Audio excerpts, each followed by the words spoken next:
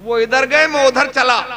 थोड़ी दूर ही चला था कि सिक्कों के झाले पड़ गए और उसमें से कुत्ते निकल के मेरी तरफ दौड़े। हमें बुजुर्गों ने यह बताया था, उलमा ने, सूफिया इकराम ने, कि कुत्तों से कभी मत डरना। तो मैंने कहा कुत्तों से तो डरना ही पड़ेगा जैसे। बोले क्यों? मैंने कहा अगर काटे भी नहीं, खरोच भी मार दे तो 1700 रुपये का इंजेक्शन लगवाना पड़ता है, वो भी पेट में। अदरवाइज रिवीज पैदा हो जाते हैं बॉडी में।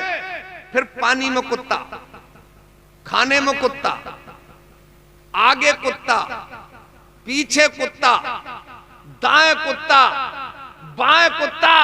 इंसान अच्छा खाता है, कुत्ता बन जाता है। मैंने ऐसा मशवरा मत दो।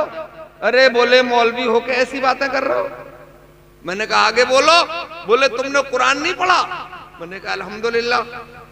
तो बोले कुरान के पहले ही पारे में सूरह बकरा है और उसकी चंद आयत सुम्मुम बुकमुन उम्युन फहुम ला यरजून पढ़ लेना, कुत्ते की तरफ थुक-थुका देना, बुलडॉग भी होगा तो दुम दबा के भाग जाएगा।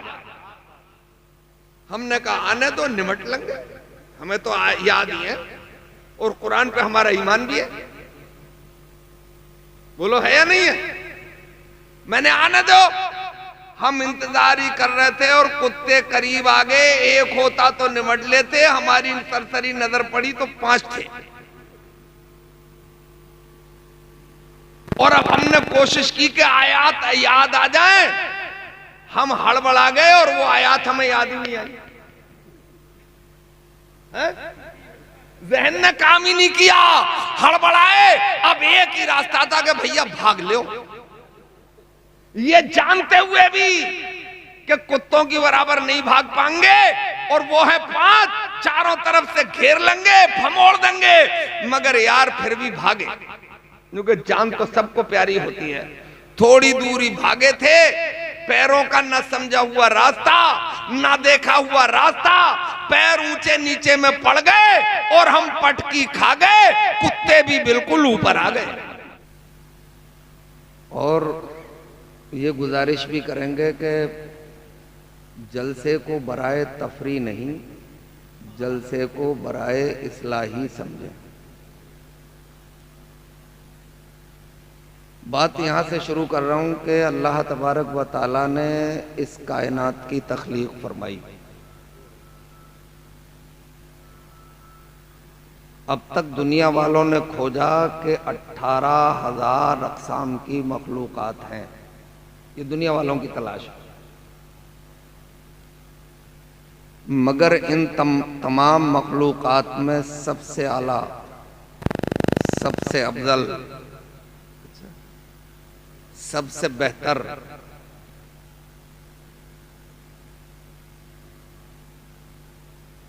इंसानी मखलूक है।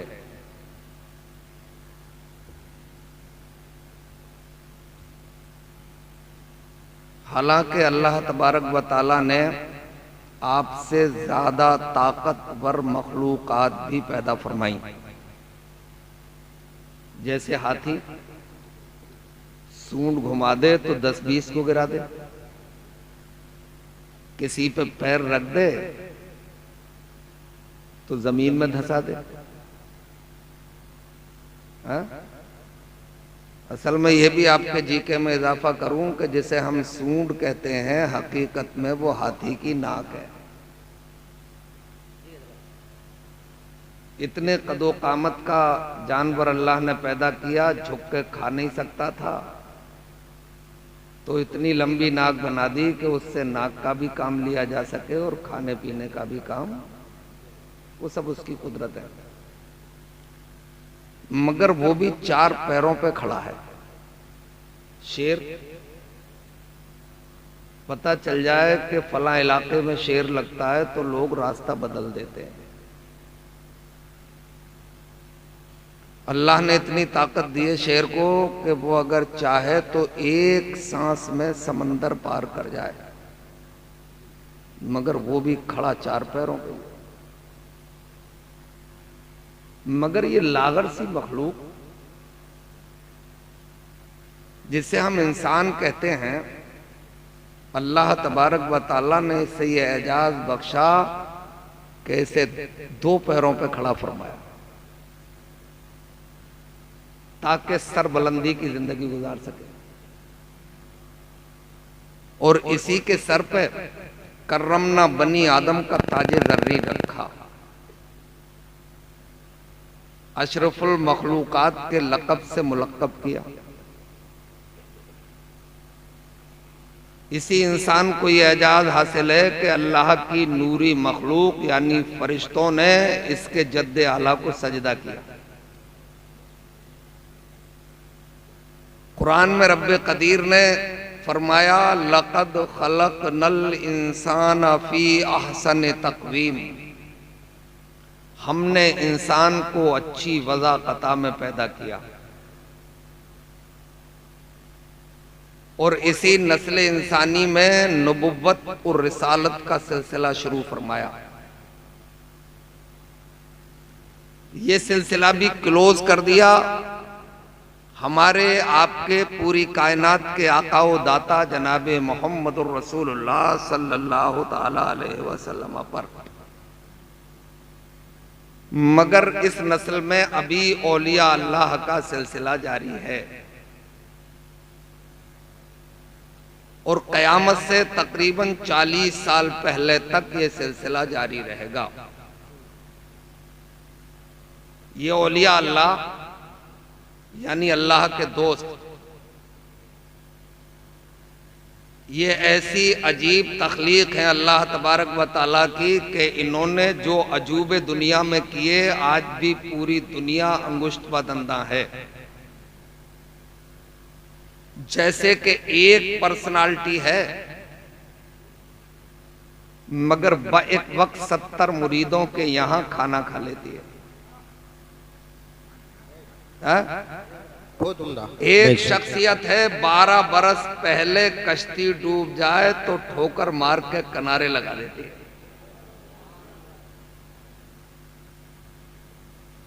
वो अना सागर उछल गया था मगर एक शख्सियत ने अपने खादिम को भेज के एक प्याले में मंगा लिया। जी जी बहुत। तो मैं बात थोड़ी सी आगे बढ़ा के आपसे ये कहूं कि ये जो दुनिया वाले अपनी तागूती ताकतों के जरिए अपने अणु और परमाणु के जरिए अपने लड़ाकू विमानों और रेडार्स के जरिए जो काम सदियों में नहीं कर पाते, अल्लाह वाले उनसे भी बड़े कामों को अपनी नजरे करम से एक लम्हे में कर दिखाते हैं। ये मैंने दावा किया है, उसकी दलील के लिए किस्सा आपको सुनाएंगे। आज से तकरीबन 10-12 साल पहले की बात है कि मैं अपने ही सूबे के एक शहर अलीगढ़ में गया। अलीगढ़ में एक मशहूर यूनिवर्सिटी है जिसे शॉर्ट में AMU के नाम से याद किया जाता है। उसकी फुल फॉर्म होती है अलीगढ़ मुस्लिम यूनिवर्सिटी। वहां के एक प्रोफेसर साहब से मुझे मुलाकात करना थी और एक खास मौजू पर गुफ्तगू करना थी मालूमात फराहम करने के लिए। मैं उनकी लेबोरेटरी में, उनकी प्रयोगशाला में, उनकी तजर्बेगाह में पहुंचा और मैंने उसी मौजू पर गुफ्तगू शुरू कर दी। आप चौंक रहे होंगे कि ये बात छुपा क्यों रहे, मौजू क्या था? मौजू ये था कि ये दुनिया वाले पूरी दुनिया की क्रीम मिलके, पूरी दुनिया के साइंसदान मिलकर जनेवा में एक महाप्रयोग में लगे, एक बड़े तजर्बे में। करोड़ों डॉलर पर डे खर्च होते हैं वो देखना ये चाहते हैं कि इस ब्रह्मांड की रचना किस फार्मूले पर हुई, ये दुनिया बनी किस फार्मूले पर है, इसका रॉ मटेरियल क्या है। गोया के वो ये देखना चाह रहे हैं कि हम कोई रोशनी के लिए बल्ब या रॉड तैयार करते हैं, टॉप का रॉ मटेरियल लगाते हैं तो उसकी गारंटी 2 साल की देते हैं। 2 साल के बाद वो दम तोड़ देता है, फ्यूज हो जाता है। मगर यार ये आसमान का सूरज न जाने किस फार्मूले पे बना है, न जाने कब से अपने महवर में गर्दिश करता है, मगर कभी फ्यूज होता ही नहीं। कितना ही बादल हो, घनघोर घटा, मगर जब सूरज निकलेगा तो अपने निकलने का दुनिया वालों को एहसास कराता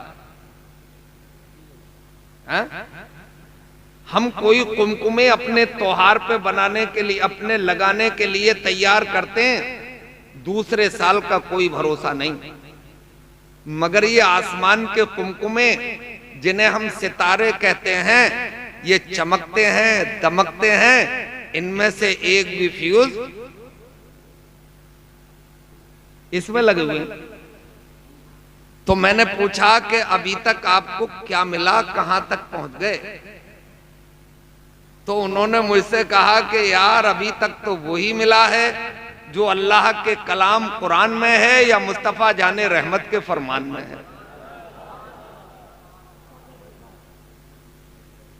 हमसे बोले कि एक बात आपके कान में कहें।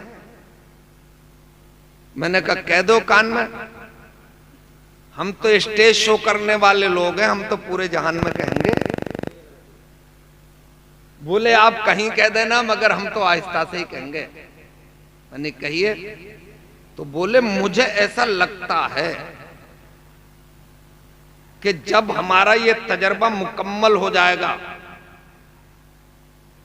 हमारा ये प्रयोग आखिर में पहुंचेगा,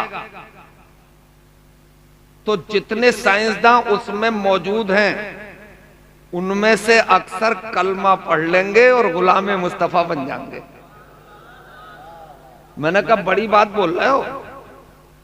बोले नहीं, जब हम तजर्बे से वापस आते हैं, हमारी टेबल टॉक होती है, आपस में गुफ्तगू होती है, और जब उस तजर्बे को परखते हैं, दुनिया की पोथियों में देखते हैं, तो कुछ और फार्मूला नजर आता है, मगर जब अल्लाह के कलाम पे तहकीक करते हैं तो हमारा तजर्बा और वो उससे बिल्कुल मिलता हुआ नजर आता है। बेशक बेशक, सुभान अल्लाह, बहुत उम्दा। और अच्छा ये हो रहा है इतने बड़े तूफान में, मॉब लिंचिंग के दौर में, मारो काटो के दौर में भी लोग यार कलमा पढ़ ले रहे हैं। अभी साउथ इंडियन एक वेल एजुकेटेड, हायर एजुकेटेड और उम्र भी 50 के करीब, यानी बसंत के दिन खत्म। इश्क में जो लोग कलमा पढ़ लेते हैं वो अलग बात है, 50 साल में तो औरत के बाजे, यार कुछ तो बोलो, बच जाते हैं। और वो इस्लाम की सख्त दुश्मन, किसी ने मशवरा दे दिया हवा में तीर मत चलाओ, अगर पैगंबर इस्लाम पर कुछ टिप्पणी करना है तो उन्हें पढ़ लो, उनकी जीवनी का मुताला कर लो। बोले उन्होंने तो अपने मतलब की बात लिखी होगी। अरे बोले उनकी लिखी पढ़ो क्यों, माइकल हार्ट को पढ़ो, जॉर्ज बर्नार्ड शॉ को पढ़ो, यूरोप के राइटर गोटे को पढ़ो। वहां से भी दिल ना भरे तो अपने ही इलाके के एक राइटर प्रोफेसर कृष्णा रामा राव को पढ़ो, और फिर आंकना तासुब का ऐना खटा के कि सच क्या है और झूठ क्या है? और झूठ को तो कितना ही क्यों ना फैला लो, कितना ही बढ़ा लो, कितना ही घटा लो, मगर सच वो होता है कि न जिसे एक सूद घटाया जा सकता है न बढ़ाया जा सकता है। सच तो सच होता है, सच को कैसे मिटाया जा सकता है? उसने अध्ययन किया, मुताला किया, अरे घुटने टेक गई है और चीख के बोली, मैं भूल में थी, मैं चूक में थी। अगर कोई धर्म है, अगर कोई मजहब है, तो इस कायनात में तन्हा मजहब इस्लाम। कलमा पढ़ लिया, लो रोक लो, चला लो स्कीमें, बना लो तंजीमें, इस्लाम तुमसे नहीं रुकेगा। इस्लाम को जब करबला में यजीद नहीं मिटा सका, चैलेंज करता हूं पूरी दुनिया में इस्लाम को मिटाया नहीं जा सकता है। ऐसे कहो तो शायद अच्छा लगे आपको कि निकाली सैकड़ों नहरें, निकाली सैकड़ों नहरें कि पानी कुछ तो कम होगा, मगर फिर भी मेरे दरिया की तुगयानी नहीं जाती। और घिरे हैं इस तरह 32 दांतों में ज़बां जैसे, मगर मुस्लिम की फिर भी हुए ईमानी नहीं जाती है? तुमसे रोक में लगे हम है? मैं आपके दिल को तसल्ली दूं, दुनिया के सबसे ज्यादा दानिश्वर लोगों का मजहब है मजहब इस्लाम है? कितना ही बिगड़ा हुआ उबाश क्यों ना हो, ताश खेलने वाला, रातों दिन मोबाइल पे पबजी खेलने वाला, मस्जिद की तरफ न झांकने वाला, गलियों में आंखें चार करने वाला जवान, मगर नाक के सामने सर नहीं झुकाता, दरियाओं नालों के सामने सर नहीं झुकाता है। इसलिए उसे मालूम है कि कौमे मुस्लिम ताकत के सामने कभी घुटने नहीं टेकती है। ये सर जब भी झुकता है तो ताकत पैदा करने वाले की बारगाह में झुकता है। और आप तो पबजी में लगे हो, थोड़ा सर्च किया करो, पूरी दुनिया का ग्लोबलाइजेशन हो गया है। पूरी दुनिया अब एक विलेज है, गांव है। अमेरिका देखना, यहीं बैठे देखो, पासपोर्ट और वीजे की क्या जरूरत है? गूगल पर सर्च करो अमेरिका सामने, वाशिंगटन देखोगे मिल जाएगा यार। न्यूयॉर्क देखना है मिल जाएगा। मगरबी जर्मनी सर्च करना, वहां की 30% बालाओं ने, वहां की हसीनाओं ने, चमड़ी तो गोरी होती है ना, वहां की 30% लड़कियों ने इस्लाम कबूल कर लिया है। और इस्लाम कबूल करके दाढ़ी वाले लड़के तलाश करके उनसे शादी भी कर ली। ये तो छुपा लेते, मगर सोशल मीडिया का दौर आ गया, अब छुपाए नहीं छुपे। अरे तू क्यों लेके आ रहा है, पैसे बैठा रहे, चला पैसे लेके, मत ही हो, सुभान अल्लाह बोल। हाँ बस, तो इनसे छुप नहीं रहा है। पहले छुपा लेते थे, मीठा मीठा हप हप कर जाते थे, कड़वे को थूक देते थे, मगर उन्होंने शादी कर, रेशियो बढ़ा यार, बड़ा रेशियो है। आने वाले 10-20 साल में हो सकता मगरबी जर्मनी पूरा मुसलमान हो जाए। अब ईसाइयों को तशवीश हुई कि यार इतना बड़ा रेशियो और वो भी जल्दी में, मामला बिगड़ जाएगा। उन लड़कियों को घेर लिया, मीटिंगें की और उन्हें समझाया, पागलो बेवकूफो। बोले क्या हो गया? बोले तुमने उनसे अपना जिंदगी जोड़ ली, रिश्ता जोड़ लिया, जो हर जगह पिटते हैं, हर जगह कुटते हैं, उनके साथ हो गई। उनका जवाब सुनो, फट जाओगे। उन्होंने जवाब दिया था, हमें क्या पता ये पिटते हैं या कुटते हैं, हमें तो सिर्फ इतना पता है कि जब ये शाम को काम से वापस आते हैं तो इनमें का एक भी शराब पी के नहीं आता है, इनमें का एक भी जुआ नहीं खेलता है। इसका मतलब पूरी दुनिया को रोशनी की जरूरत है। अंधेरे में यार कब तक रह लोगे, एक दिन तो दम घुटेगा। पूरी दुनिया को रोशनी की जरूरत है और रोशनी तन्हा मजहब इस्लाम के पास है। तुम तो भटक गए, तुम तो बिला वजह इधर उधर चक्कर लगाने लगे और यूरोप के चिरागों से रोशनी मांग रहे हो, मगरिब के चिरागों से रोशनी मांगने निकले हो। अरे अकल पे जोर दो, मगरिब में जाके तो सूरज भी अंधा हो जाता है। मां को कहां रोशनी रखी है, रोशनी तो आपके घर में मौजूद है,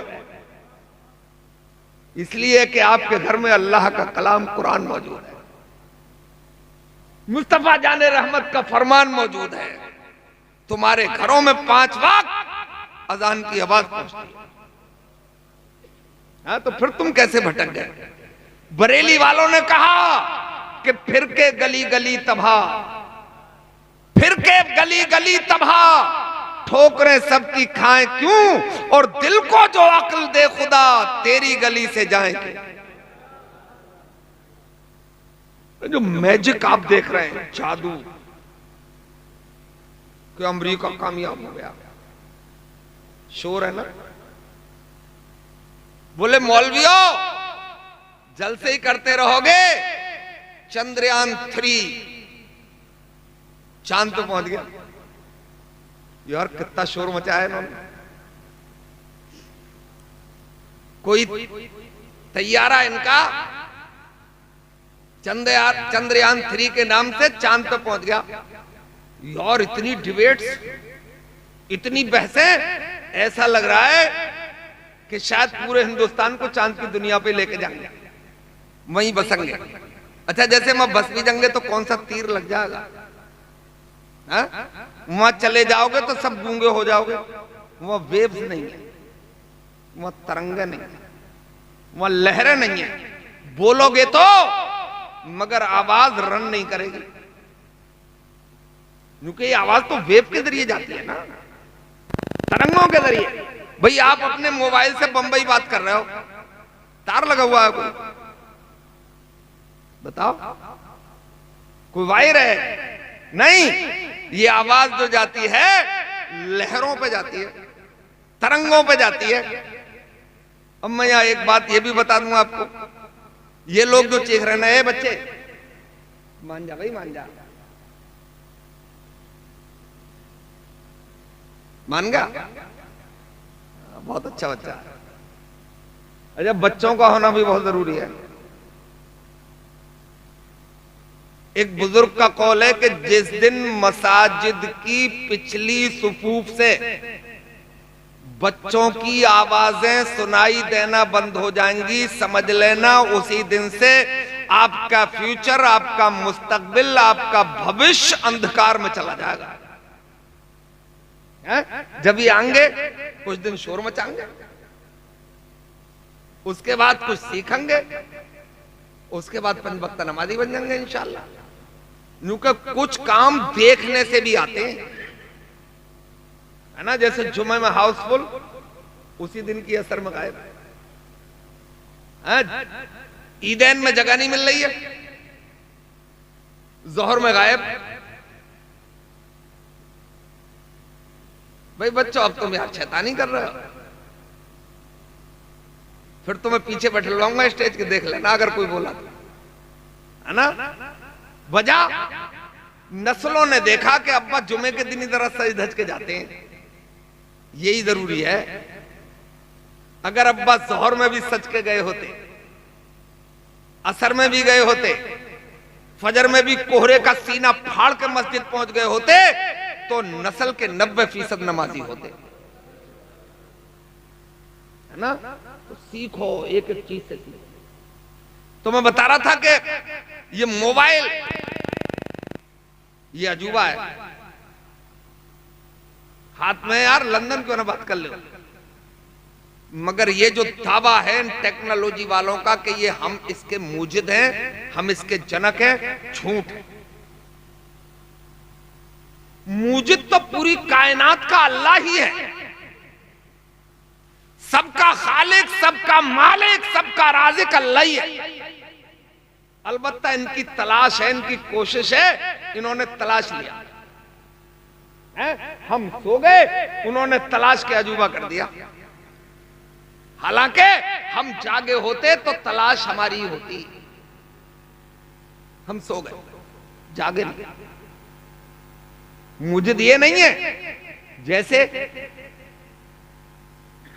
आवाज तो तरंगों पे जाती है। बताओ तरंगें इनके अब्बा ने पैदा करी? बताओ वेव्स का खालिक कौन है? अल्लाह ताला। उसने पहले ही उनकी तकलीफ फरमा दी कि आने वाले वक्त में ऐसी जरूरत भी पड़ेगी। इन्होंने मदरबोर्ड खोज लिया, दावा कर दिया कि मुजिद हमें, हकीकत में यहां से वहां तक आवाज पहुंचाने का खालिक अल्लाह ही। बात समझ में ना आई हो तो एक मिसाल भी दे दें। जैसे आपका बेटा लंदन पढ़ता है, बेटे की याद आई, खत लिखा। यार इस मोबाइल ने एक बड़ा नुकसान तो ये कर दिया हम बुढ़े लोगों का कि खत का मजा खत्म कर दिया। क्यों शायद क्या यार खत का दौर था। मुशफिक लिखूं, शफीक लिखूं, दिलरुबा लिखूं, हैरान हूं अपने यार को क्या क्या लकब लिखूं, है ना। खत लिखा, लिख के जेब में रख लिया। लंदन जाए कैसे? हवाई जहाज नहीं है, हेलीकॉप्टर नहीं है, रेलगाड़ी नहीं है, कारें नहीं है, बसों का युग नहीं है, तो जाए कैसे? इसी बेटे की याद में जंगल में गए तो देखा एक जानवर सरपट बराबर से दौड़ गया। पड़ोसी से पूछा कि भी ये क्या है? बोले घोड़ा है। बोले यार अच्छा दौड़ता है, इसे पकड़ो, इसे सवारी के लायक बनाओ। पकड़ लिया, उसे साधा सवारी के लायक बनाया, उसी पे बैठ के लंदन चले गए। बताओ घोड़ा क्या तुमने पैदा किया है? घोड़ा तो अल्लाह ने पैदा किया है, मगर तुमने तलाश लिया। तो बात में से बात निकलती है तो बात बहुत दूर तक जाती है। हमने 1 घंटे का वादा किया है। आपसे बात समझ में आ रही है? अगर समझ में नहीं आ रही हो तो पैसे ले जाओ।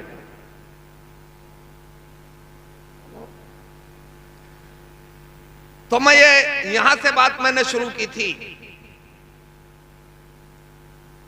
कि जिन्हें तुम कामयाब समझ रहे हो वो असल में तुम्हारी नजरबंदी है, मैजिक है, आंखों पे पर्दा है। वो कामयाब नहीं है ना, इसलिए कि उन्हें कामयाबी का फार्मूला ही मालूम नहीं है। और जिसे कामयाबी का फार्मूला मालूम ना हो वो कैसे कामयाब हो जाएगा? उसकी मिसाल मैं ऐसे देता हूं, जैसे किसी ने खीर ना देखी हो। अरे वही जो दूध में चावल घोट के बनाई जाती है। किसी ने खीर देखी ना हो, वो बताओ खीर बना देगा? हाँ भाई, देखी नहीं है तो कैसे बना देगा? हाँ, कोई मुजोर औरत अगर ये दावा करे कि हम बना देंगे, बोले नाम सुना है, बोले ना, मगर बना देंगे, तो मैं अपने दूध का बेड़ा लगवा लूं उससे, चीनी तबाह करा लूं, नारियल, काजू, पिस्ता, बादाम, तो मैं उससे फार्मूला पूछूंगा, फार्मूला बता क्या है? बोले लिखो। बोले 100 ग्राम लाल खड़ी मिर्चें, 20 ग्राम काली मिर्चें, इतनी हल्दी, इतना धनिया, 1 किलो मटन, 250 ग्राम देसी घी।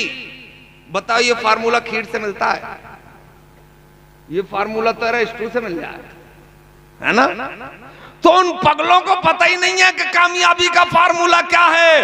वो कोठियों को कामयाबी समझ रहे हैं, बंगलों को कामयाबी समझ रहे हैं, लड़ाकू विमानों को कामयाबी समझ रहे हैं, अणु और परमाणु को कामयाबी समझ रहे हैं। अगर वो कामयाब हो गए हैं तो गूगल करके देख लेना, उनके पास बंगले भी हैं, उनके पास लग्जरी गाड़ियां भी हैं, करोड़ों अरबों डॉलर भी हैं। फिर नंगे होके उनके लड़के और लड़कियां समंदर के किनारे लोट-पोट क्यों लगा रहे?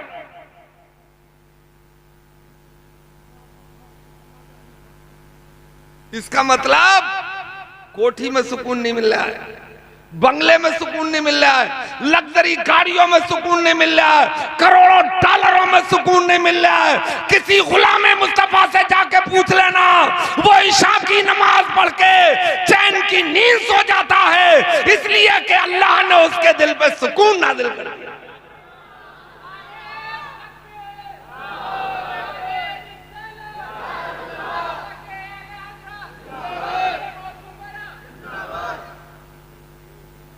और देखो, बगैर नबी की तालीम के कोई कामयाब हो ही नहीं सकता। तो वो मचा लें शोर। अरे मैं तो आपको ये बताऊं कि एक ऐसी लेडी, एक ऐसी औरत इसी भारतवर्ष में गुजरी कि उसके मरने के बाद भी उसके नगमात करोड़ों लोग सुनते हैं। कई बार उसे पार्लियामेंट में बुला के भक्ति के गीत सुने गए, कितने अवार्ड मिले। कमाल है कि 90 साल की उम्र में उसने जवान लड़कियों की आवाज में नगमे गाए। उसका जो बंगला है बंबई में, ऐसी जगह है पोच कॉलोनी, मगर रोड टेढ़ा है। हुकूमत के अम्माल ने कहीं उससे यह कहा कि आपका इससे अच्छी कॉलोनी में बंगला बना दे, इससे बड़ी जगह में, आपकी इजाजत हो तो रोड सीधा कर लें। ये कह के निकल गई कि तुम रोड सीधा करो, मैं मुल्क छोड़ के जा रही हूं।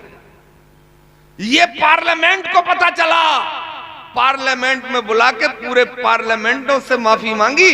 समझ गए होगे मैं लता मंगेशकर की बात कर रहा हूं।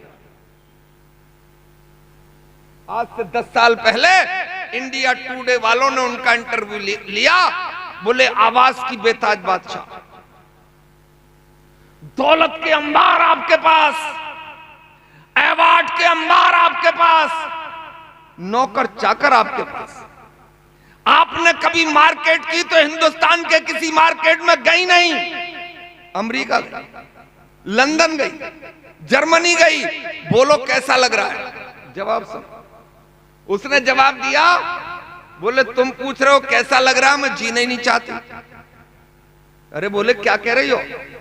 आदमी को जीने के लिए 2 चीजों की जरूरत पड़ती है, शोहरत की जरूरत पड़ती है और दौलत की जरूरत पड़ती है। ये दोनों चीजें आपके पास हैं। बोले मांगी थोड़ी थी, मिल गई। न दौलत मांगी थी, न शोहरत मांगी थी, बगैर मांगे मिल गई। बोले मांगा क्या था? बोले आज तक मांग रही हूं, मिला ही नहीं। बोले क्या? बोले हृदय को शांति, दिल को सुकून, दिल को चैन। बोले आज तक नहीं मिली, बुढ़ापा आ गया तो मैंने कहा पगली मिल कहां से जाती? तेरे नौकरों में सुकून नहीं है, तेरे नगमों में सुकून नहीं है, तेरे अवार्ड में सुकून नहीं है, तेरी आवाज में सुकून नहीं है। सुकून तो याद खुदा में है, सुकून तो गुलामी मुस्तफा में है, सुकून तो कुरान के पारों में है, सुकून तो 5 वक्ता नमाजों में है। सुभान अल्लाह, सुभान अल्लाह। नारे तकबीर, नारे रिसालत, नारे हैदरी, नारे गौसियत, जश्न गौसुल वरा कॉन्फ्रेंस हजरत अल्लामा शकील साहिब क़िबला बुलंदशहरी, नारे तकबीर, नारे रिसालत। वाह वाह वाह। तो यहां से ये बात भी निकाल के कही जा सकती है कि ताकत भी आपके बर्गर में नहीं है, चाउमीन में भी,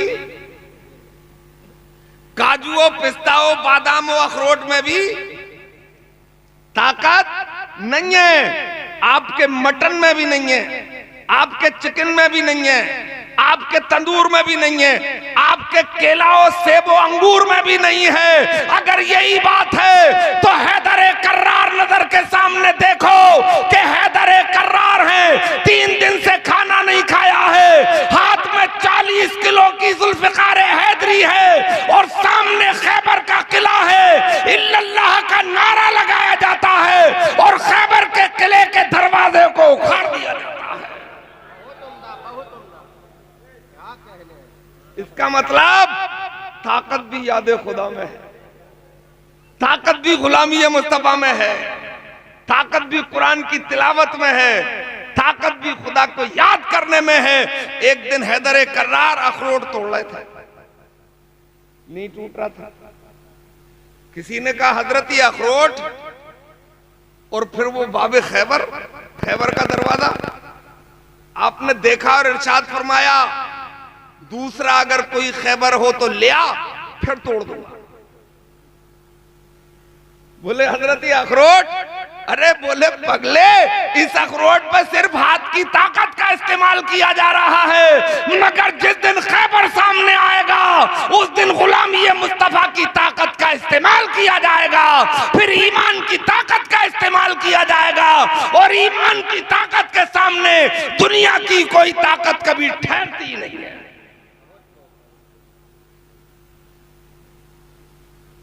हजरत मैं पलट के वहीं आ रहा हूं, तो हम अलीगढ़ यूनिवर्सिटी में हैं। उन्होंने कहा मुझे लगता है सब कलमा पढ़ लेंगे, मैंने खुदा ऐसे ही करे, मगर मैं उनसे महबे गुफ्तगू था, अचानक मेरी नजर उनकी लेबर्टी की दीवार पर चस्पा एक कदे आदम तस्वीर पे पड़ी। मैंने उनसे पूछा ये किसकी तस्वीर है? बोले ये हमारे बॉस के भी बॉस की तस्वीर है, ये हमारे उस्ताद के भी उस्ताद की तस्वीर है। मैंने कहा यार इतनी बड़ी यूनिवर्सिटी की लेबर्टी में क्या थे ये? बोले ये फिजिक्स की दुनिया के बेताज बादशाह थे, ये ऑक्सफोर्ड यूनिवर्सिटी लंदन से फिजिक्स में पीएचडी करके आए थे, यानी डॉक्टरेट की डिग्री हासिल करके आए थे। इनका कोई सानी नहीं था फिजिक्स में, मगर मजहब के एतबार से दहरिये थे, यानी जानवर बन के आए थे, खुदा का इनकार करते। कोई कुरान सुनाता तो उसे हंस के टाल देते, सरकार का फरमान कोई पेश करता तो उसे भी मुस्तरद कर देते। मगर एक इनके बचपन के दोस्त थे, वो गरीब घर में पैदा हुए थे, मगर थे इनके मोहल्ले के। तो बाप ने अपनी कमजोरी में, अपनी गुर्बत में मदरसे में दाखिल करा दिया था। अल्लाह ने ये करम फरमाया कि वो मदरसे में पढ़ते पढ़ते हाफिज कुरान भी बन गए और आलिम दीन भी बन गए।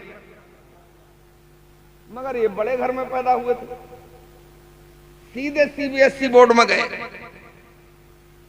इंग्लिश मीडियम में,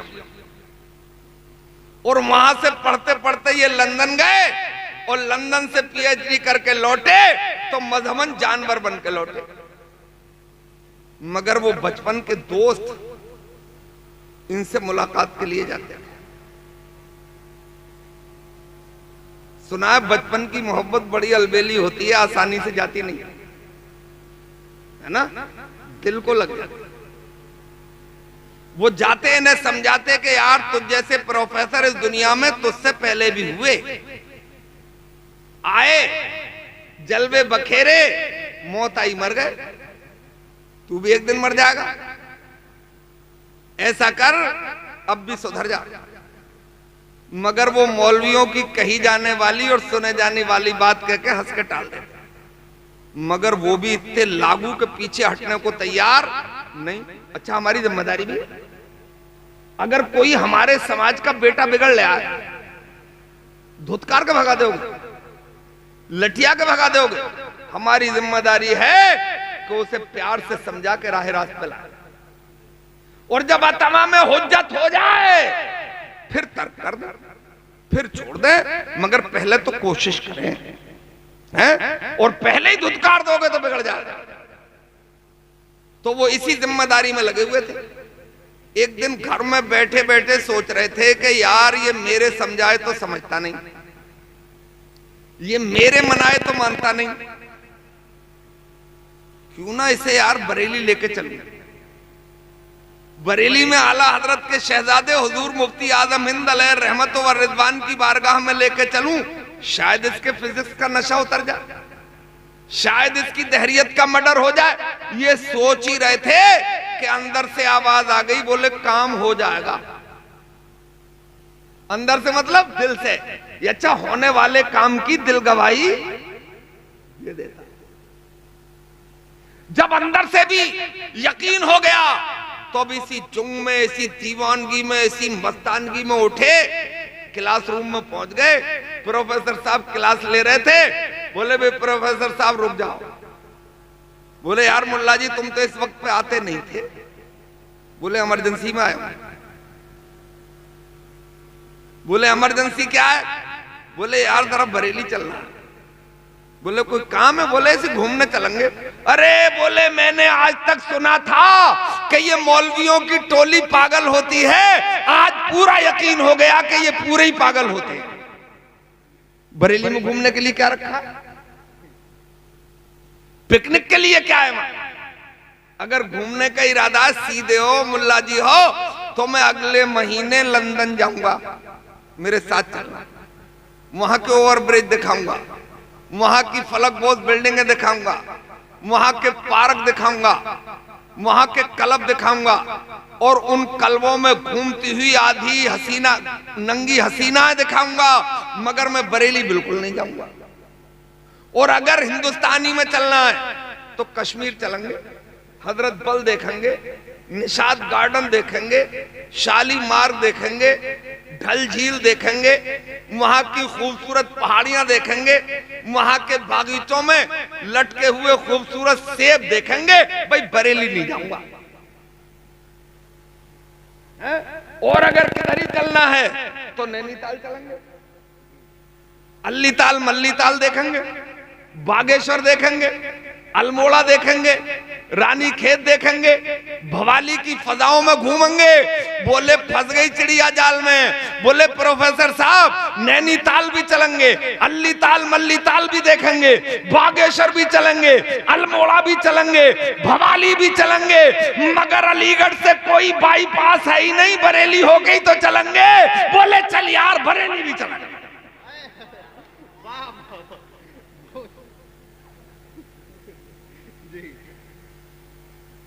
होने वाले काम के असबाब पैदा हो ही जाते हैं। जी हजरत। ए भाई, ए मुरादाबाद डिस्टर्ब मत कर जी। तो प्रोफेसर साहब तैयार हो गए। अलीगढ़ से बरेली का बाई ट्रेन डिस्टेंस है 167 किलोमीटर। उस जमाने में कोयले से चलने वाला इंजन, आगे के 2-3 डिब्बे काले, उसमें बैठ गए। 7 घंटे में बरेली लाके उतारा। प्रोफेसर साहब टेढ़े हो गए। अरे ले दीवाना।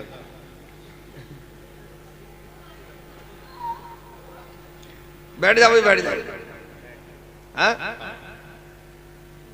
अब बरेली जंक्शन पे है। अब वहां कोई जो भी सवारी मिल गई हो, तांगा मिला या रिक्शा, उसमें बैठ गए, सौदागिरान पहुंच गए, गोया के रजा नगर पहुंच गए। ऐसे समझो कि आला हजरत की हवेली पहुंच गए। अर्जी लगाई, बोले मुलाकात चाहते हैं, अलीगढ़ से आए। नेगेटिव जवाब आया, मनफी जवाब आया। बोले आज मुलाकात नहीं हो पाएगी। बोले वजह? बोले हजरत कहीं लंबे सफर पे जा रहे हैं, ट्रेन का वक्त होने वाला है। बोले बिजली गिर गई मेरे ऊपर, ये नीम चढ़ा धैर्या, मुश्किल से तो आया, दोबारा कहां जाएगा? दूसरी अर्जी लिखी। बोले हजरत मुलाकात का शर्फ बख्श देते, चाहे थोड़ी देर ही के लिए। इजाजत मिल गई 5 मिनट, 2 मिनट जाने में खर्च हो गए, बचे 3 मिनट। अब 2 मिनट आमना सामना हुआ एक नीम चढ़े दहरिए का अल्लाह वाले से। अब 2 मिनट में कितना पढ़ा दिया होगा, कितना सिखा दिया होगा? जरा नारा लगा लीजिए। और नारे तकबीर, नारे रिसालत, उलमाए अहले सुन्नत, हुजूर सैयद अफरोज मियां साहिब किबला, हुजूर सैयद अफरोज मियां साहिब किबला, नारे तकबीर, नारे रिसालत, हुजूर सैयद अफरोज मियां साहब किबला, नारे तकबीर, नारे रिसालत। आप जरा तशरीफ के भाई, तशरीफ के बैठ जाए आप।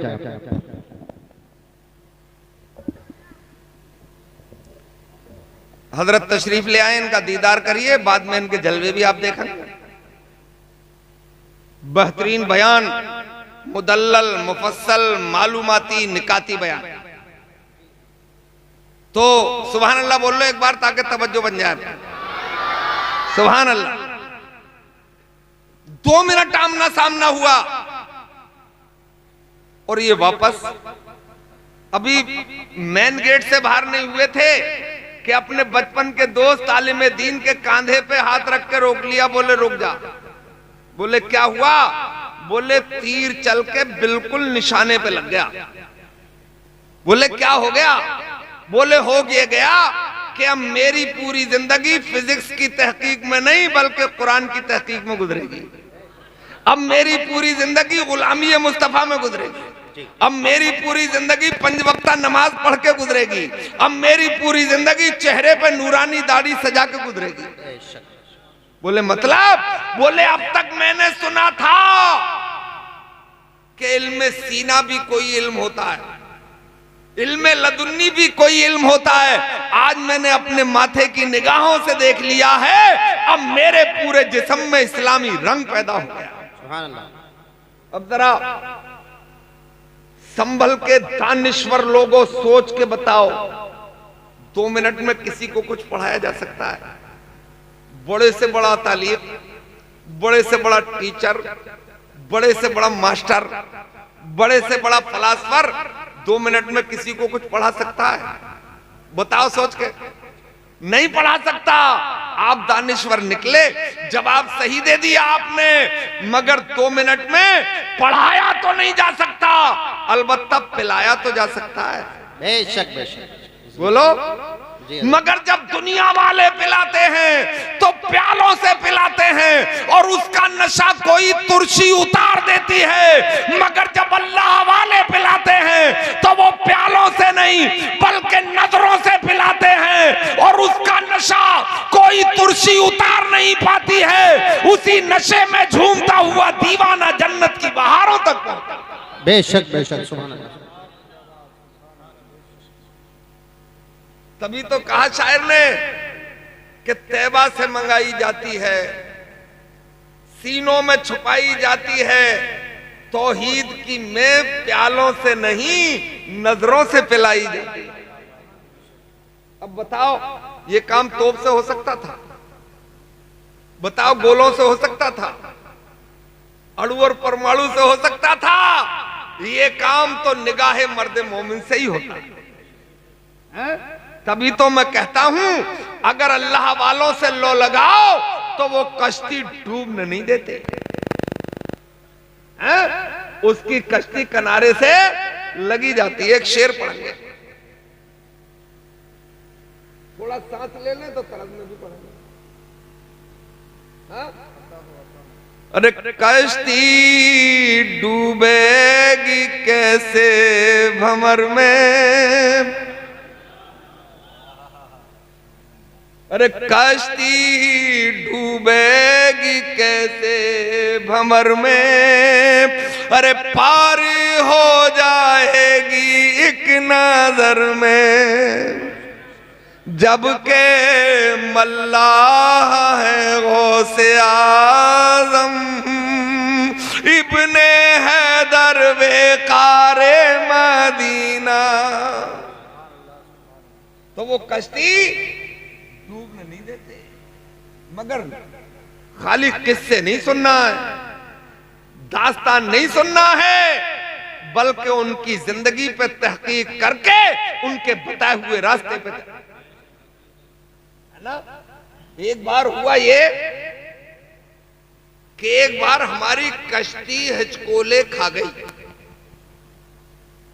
लगा डूब जाएगी, मगर यार खुश हो जाओ किनारे लग गई और हार्ट बीट अपने सही मकाम पर आ गई। हुआ यह था जब आपका उत्तराखंड नहीं बना था, तो उस इलाके से कुछ लोग हमारे पास प्रोग्राम के लिए आए।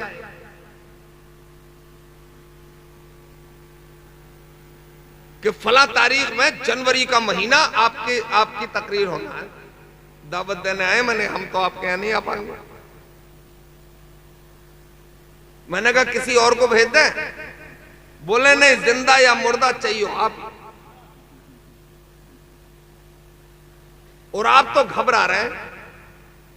आप कितनी दूर से आना, किसी वक्त आना, हम आपको वहीं खड़े मिलेंगे जहां आपको बस उतारेगी।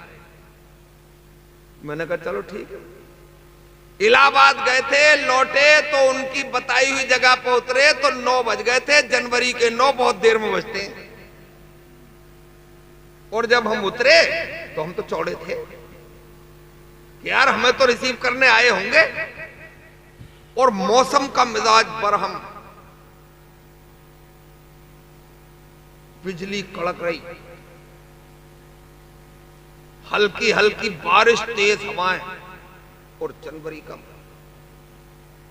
हम थोड़ी देर तो जैसे कि भाई इधर होंगे उधर होंगे, मगर जूं जूं वक्त बढ़ता गया दिल की धड़कन तेज होती गई।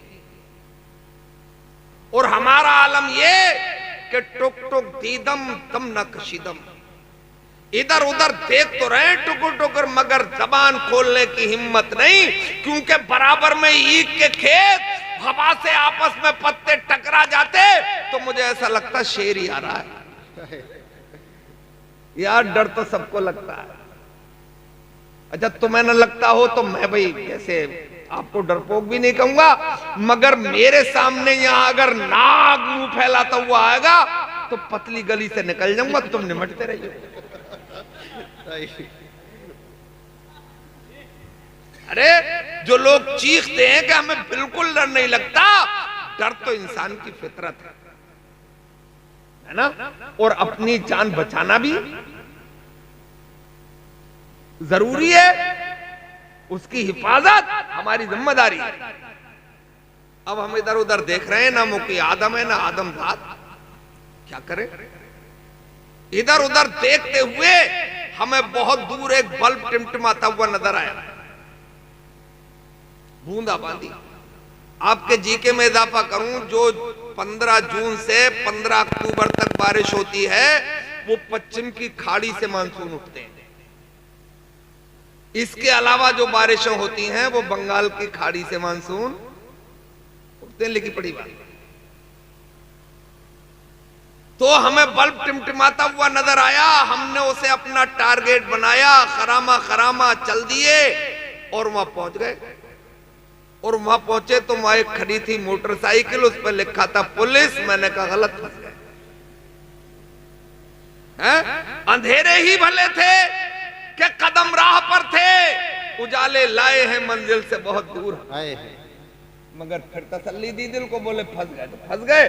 अब ओखली में सर दे दिया तो एक आध दो मूसल तो झेल नहीं पड़ेंगे।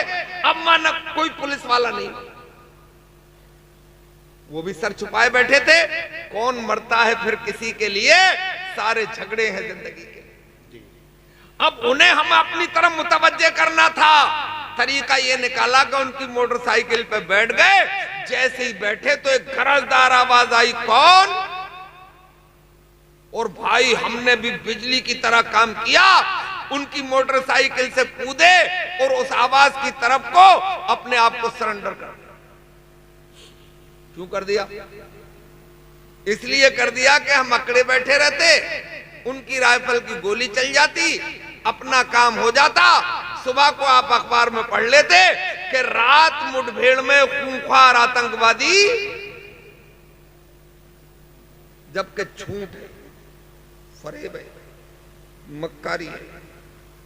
आज तक हम में कोई आतंकवादी नहीं जी जी है, इसलिए कि हम दुनिया को आतंकित करने के लिए नहीं आए हैं। हम इस दुनिया में धीरतों को उठाने के लिए आए हैं, डूबतों को तैराने के लिए आए हैं, परेशान हालों को उठा के सीने से लगाने के लिए आए हैं। बेशक बेशक, जिंदाबाद, बहुत उम्दा। अगर कोई कहता है कि लश्कर तैयबा है, कोई कहता है जैशे मोहम्मद है, अगर वो आतंकवादी हैं, मीडिया के जरिए ऐवानों तक ये बात पहुंचाई जाए, अगर वो आतंकवादी हैं तो हम उनके नहीं हैं, वो हमारे नहीं हैं। हम तो मुस्तफा जाने रहमत के हैं जो पत्थर खा के भी लोगों को दुआएं देते हैं। सुभान अल्लाह, सुभान अल्लाह, नारे तकबीर, नारे रिसालत, वाह वाह, बहुत उम्दा, बेशक। तो हम सरेंडर थे और आवाज की तरफ को चल दिए। इसलिए हमें मालूम है कि प्यासे कुएं के पास जाएगा, कुआं तो कभी चल के प्यासे के पास। हालांकि अपना नजरिया ये है, जो प्यासे हो तो अपने साथ रखो अपने बादल भी, जो प्यासे हो तो अपने साथ रखो अपने बादल भी। ये दुनिया है, विरासत में कोई कुआं नहीं देता। और ये महरे ताबा से जाके कह दो कि अपनी किरणों को चुन के रख ले, मैं अपनी मिट्टी के जर्रे जर्रे को खुद चमकना सिखा रहा। हम चल दिए, आमना सामना हो गया। उनमें से एक साहब बोले कहो मुल्ला जी। मैंने कहा यार तुम्हारे इलाके में आए, दूर से आए थे, देर हो गई है, अलीनगर सैदौरा कोई गांव है, आपकी हेल्प चाहते हैं। तो उनमें से दूसरा बोला कि अगर दिन होता तो हम आपकी मदद। तो मैंने कहा यार दिन होता तो हम आपके पास आते ही क्यों, भाई भला आदमी क्यों जाएगा उनके पास। मुख्तसर ये कि थोड़ी देर गुफ्तो शनीद हुई, वो हमसे मुतासर हो गए। बोले यार मुल्ला जी भले आदमी लग रहे हैं, मदद कर दो इनकी। मोटरसाइकिल स्टार्ट हो गई, बीच में बैठा लिया, 2-3 किलोमीटर मोटरसाइकिल दौड़ी और एक नहर की पटरी पे हमें जाकर उतार दिया। बोलो उतर जाओ। मैंने यहाँ तो कोई बस्ती नहीं है। बोले इसी नहर की पटरी चले जाना, इसी नहर की पटरी पे वो गांव है जो आप बता रहे हैं। मैं उतरा तो मैंने कान लगाया तो कोई नाते मुस्तफा गुनगुना रहा था। अरे मैंने कहा मुंशी जी अब बल्ब देख के आप तक पहुंच गया हूं, तो इंशाल्लाह नाते मुस्तफा सुन के अपनी मंजिल तक पहुंच जा। वो इधर गए, मैं उधर चला।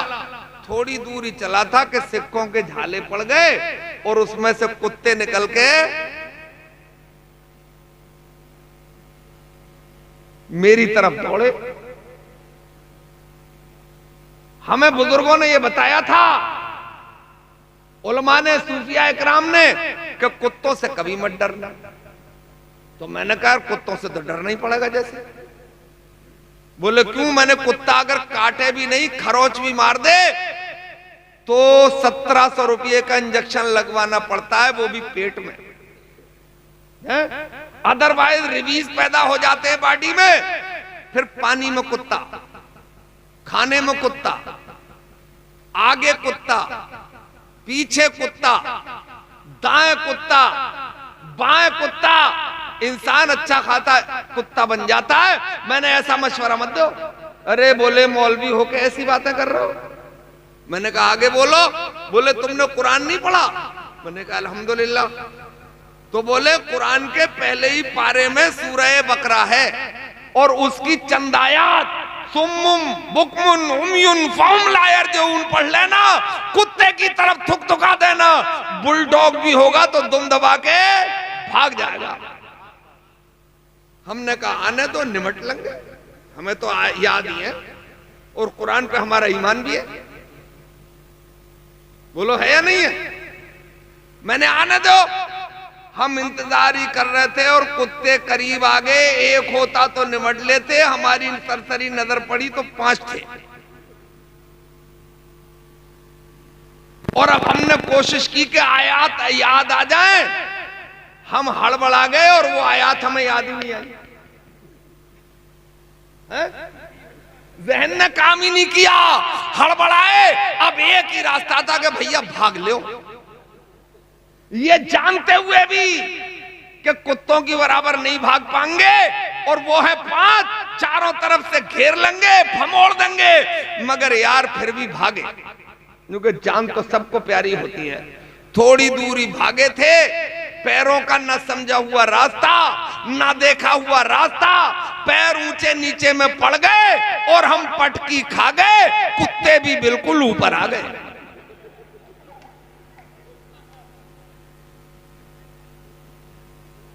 भाइयों, जब आदमी गिरता है तो इतनी तेजी से उठता है। गिरे हो कभी? अरे खुदा करे आप कभी ना गिरो। गिरने के लिए तो हम ही काफी हैं, मगर मेरे दोस्त, मैंने सुना है कि ठोकर से भी कुछ ना कुछ नतीजा हासिल किया जा सकता है, तजर्बा मिलता है। आदमी जब वैसे फिसल के गिर जाए ना तो बिजली की तरह उठता है और फिर इधर उधर देखता है, किसी ने देख तो नहीं लिया, है ना? तो यार बगैर दबाव के इतनी रफ्तार से उठता है। मुझ पर तो 5 कुत्तों का दबाव था, मैं कितना तेज उठाऊंगा। बरक़े आसमानी की रफ्तार से उठा, मगर कुत्ते तलाशता रह गया कि वो कुत्ते गए कहां। इन्हें जमीन ने निगल लिया या आसमान उचक ले गया। जो कुत्ते अभी मेरे ताने को बाने से अलग करने के लिए, मेरी टिक्का बोटी करने के लिए, मुझे भमोड़ने के लिए, मुझे नोचने के लिए मेरे सर पे थे, वो गए कहां? इन्हें जमीन निगल गई या आसमान उचक ले गया। हजरात, ये कैसे हो गया था? जब मैं गिर रहा था तो बेसाख्ता मेरी जबान से निकल गया था, या गौसे आज़म अल मदद। मैंने उत्तराखंड की नहर की पटरी से अपने गौसे आजम को पुकारा और उन्होंने बगदाद मोहल्ला से ये बोल के करम फरमाया, जो हमारे कुत्ते होते हैं उन्हें हम दुनिया के कुत्तों के हाथों कभी जलील नहीं होने देते। तभी आला हजरत बोले, इस निशानी के जो सग हैं नहीं मारे जाते। इस निशानी के जो सग हैं नहीं मारे जाते। हश्र तक मेरे गले में रहे पट्टा तेरा है। अगर गौसे आजम का पट्टा है तो दुनिया की ताकतें आपका कुछ नहीं बिगाड़ पाएंगी, मगर है नहीं ना, मालूम है मुझे। दुनिया का पट्टा गले में है। जिस दिन दीन का पट्टा गले में होगा, इनकलाब आएगा। और हमारा इनकलाब कभी तलवार से नहीं आया, जब भी आया है वो ला इलाहा इल्लल्लाह से आया, मोहम्मद रसूलुल्लाह के जलवे से आया। तो मैं आपको 1 घंटा हो गया है, मैं अब आपको तकरीर खत्म कर दी, एक मशवरा देके जा रहा हूं। मुझे 10 नौजवान चाहिए आप में से,